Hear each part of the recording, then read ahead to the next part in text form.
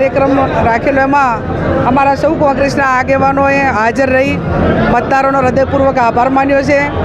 દિયોદરની જનતાનો મારે હૃદયપૂર્વક આભાર એટલા માટે માનવો પડે કે પ્રવાસની શરૂઆત એ દિયોદર તાલુકાથી થઈ વેગ પકડાયો। સમગ્ર જિલ્લાની અંદર એનો પવન એકદમ પકડાતો ગયો। બનાસકાંઠાએ સમગ્ર રાજ્યને મનોબળ પૂરું પાડ્યું।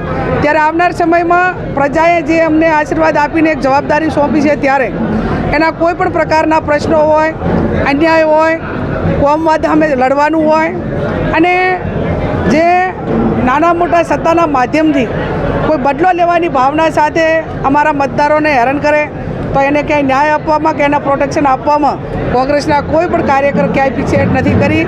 અમારા રાષ્ટ્રીય અધ્યક્ષ રાહુલજીએ પણ કીધું છે કે ડરો મત ને ડરાવો મત।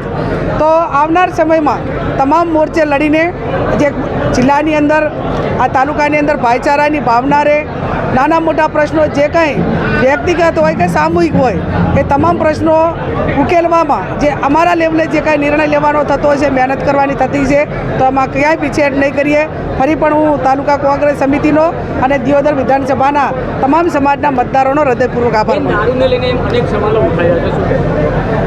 યુવા ધન બરબાદ થતું અટકે, મહિલાઓ શાંતિથી પોતાના બાળકોને ભણાવી શકે, રહી શકે, દરેક પરિવારની ભાવના સાથેનું વાતાવરણ થાય એ માટે ક્યાંક નાના મોટી બદીઓ અને બદીઓનું મુખ્ય જે કાંઈ કારણ છે કે રોજગારી હોય અને પૂરતી રોજગારી નથી મળતી અને એના કારણે ક્યાંક ને ક્યાંક આ બદીઓના રવાડે ચડે છે।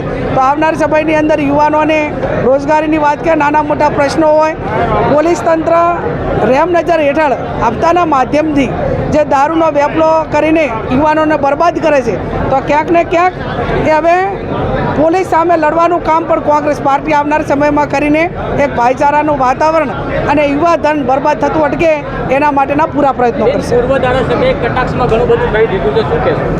હા, પોતપોતાના વિચાર મૂકવા માટે લોકશાહીની અંદર સ્વતંત્ર છે અને એમનો વિચાર મૂક્યો, જે એમનો વ્યાજબી વિચાર હોય એ મતદારોએ સાંભળ્યો અને આગેવાનોએ સાંભળ્યો। કોણ કેવું કરતું હોય છે એ જે તે ગામની અંદર જોતા હોય છે। વાત એ હતી કે આ ચૂંટણી જે બહારના લોકો આવીને લડે તો બહારના લોકોનું બનાસકાંઠાના જિલ્લા ઉપર કોઈ અહેસાન નથી અને જ્યારે એ પ્રમાણેનું જ્યારે વર્તન થતું હોય ત્યારે સ્વાભાવિક છે। ધારો કે આપણે ખેતરમાં કોઈ ભાગીઓ રાખીએ અને શેઠને સલાહ આપે તો ભાજીયાની હેસિયતમાં રહેવું પડે। શેઠ હોય છે, બહારથી આવેલા ભાજીયા હોય છે।